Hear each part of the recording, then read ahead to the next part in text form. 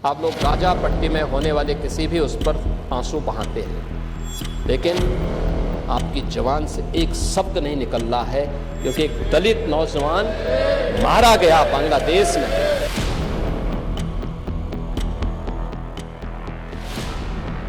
एक हफ्ता, 2 हिंदू, 2 भीड़ और 2 बेगुनाह लाशें। ये महज आंकड़े नहीं हैं, बल्कि पड़ोसी देश बांग्लादेश में दम तोड़ती इंसानियत और सुलगती नफरत की वो डरावनी दास्तान है, जिसे देखकर आज हर हिंदुस्तानी का कलेजा कांप उठा है।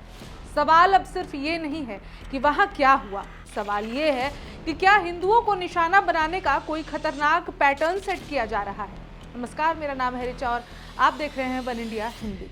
बांग्लादेश के राजबाड़ी जिले से आई अमृत मंडल की मौत की खबर ने भारत की राजनीति में एक नया भूचाल ला दिया है। 29 साल का एक नौजवान जो अपने गांव में शांति से जी रहा था, लेकिन उसकी पहचान ही उसकी मौत की वजह बन गई।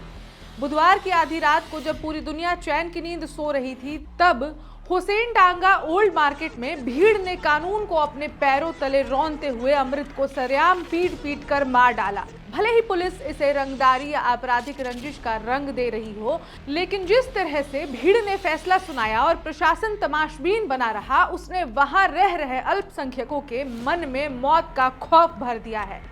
भारत के लिए ये सिर्फ पड़ोसी देश की खबर नहीं, बल्कि एक गंभीर चेतावनी है।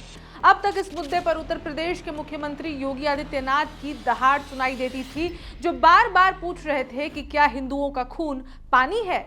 योगी ने सदन में गरजते हुए विपक्ष के दोहरे चरित्र को बेनकाब किया था, लेकिन अब इस लड़ाई में एक ऐसा नाम जुड़ गया है जिसने सियासी गलियारों में हलचल तेज कर दी है।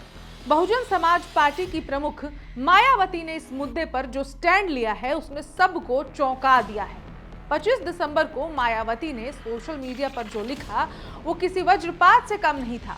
उन्होंने न केवल बांग्लादेश में हिंदुओं और खासकर दलितों पर हो रहे अत्याचारों की कड़ी निंदा की, बल्कि सीधे तौर पर कांग्रेस और समाजवादी पार्टी को कटघरे में खड़ा कर दिया। मायावती का ये रूप बताता है कि अब वो चुप बैठने वाली नहीं है।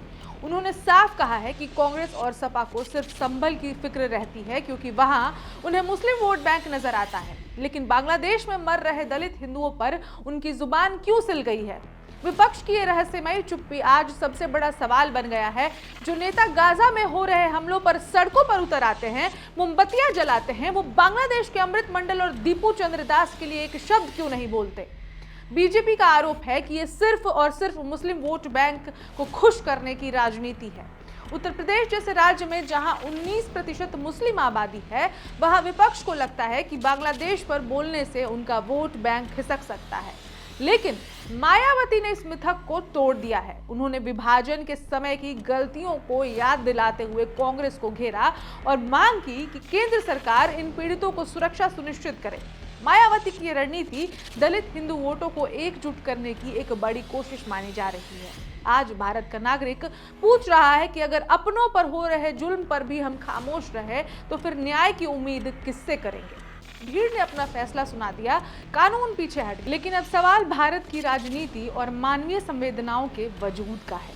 क्या हम अभी वोट की खातिर इन चीखों को अनसुना करते रहेंगे। इस खबर में इतना ही, लेकिन इस पूरे मुद्दे पर आप क्या sochते हैं, हमें कमेंट करके जरूर बताएं और बाकी खबरों के लिए देखते रहें one India Hindi. Subscribe to One India and never miss an update.